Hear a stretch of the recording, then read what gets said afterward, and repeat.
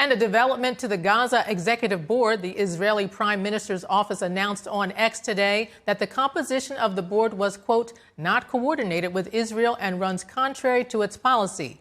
It added that their foreign affairs minister will contact Secretary of State Marco Rubio about the issue. Busy week on Capitol Hill, where foreign policy took center stage. Lawmakers tackled issues regarding Venezuela, Iran, and Greenland. Our Washington correspondent Luis Eduardo Martinez has the details. Senate Democratic leadership signaled that they will continue to push for war powers resolutions after failing to limit President Trump's powers to take further military action in Venezuela. Republicans in the Senate abdicated their responsibility and said, if you want to go to war in South America, go ahead. How does that look? The other thing we're going to do is this. We're going to be filing a whole lot more war powers resolutions. They can run, but they can't hide. We're going to have votes on all of these, and they're going to have to whip these votes very hard. I know how hard they'll have to whip to get Republicans to support them on the Greenland, Denmark vote. They're going to have to whip that very, very hard. A bipartisan group of senators met with Venezuelan opposition leader Mayra Corina Machado, who confirmed she presented President Donald Trump with the Nobel Peace Prize medal she received last year. I presented the President of the United States the medal of the Nobel Peace Prize. The people of Bolivar are giving back to the heir of Washington a medal, in this case the medal of the Nobel Peace Prize, as a recognition for his unique commitment with our freedom. Republican lawmakers have shown their support to the Trump administration in case the White House decides to take military action or other actions against the Iranian regime after more than 12,000 civilians have been reportedly killed in recent protests. Trump administration potentially taking action on Iran amid the protests and thousands of people being killed by the regime there. Well, I think he's a man of his word, and he said he's going to.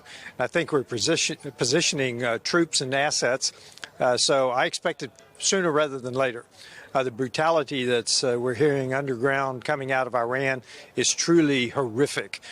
Well, I mean, look, we stand in solidarity with the people of Iran who clearly want change after, 50 years of absolute disaster, almost 50 years. And they want freedom. They want to have, the rights recognized. And I think, I'm hopeful that the regime's days are numbered. Look, I think that we should work with our international partners and exert our leverage and pressure them to stop the violence. I'm glad to see that SpaceX is considering offering Starlink to people in Iran so they have internet access. But we should not be going to war. Congressman, do you think House Democrats will push for a war powers resolution on the Iran issue and to prevent President Trump from taking any action against the Iranian regime? We need to have a war powers resolution that covers all of these situations. It is time for the United States Congress to retake its constitutional power and reestablish the balance, right? And don't get me wrong, this is not just about Donald Trump alone. This is a problem that has been 20 years in the making.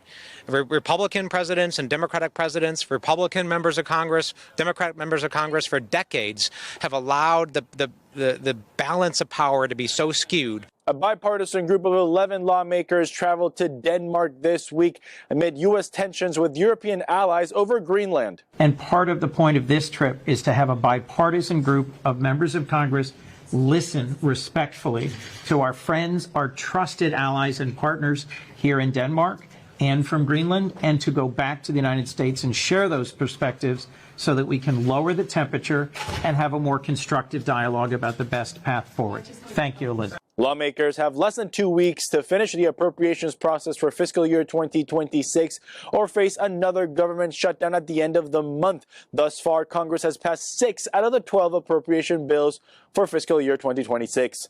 Reporting from Washington, D.C., Luis Eduardo Martinez, NTD News.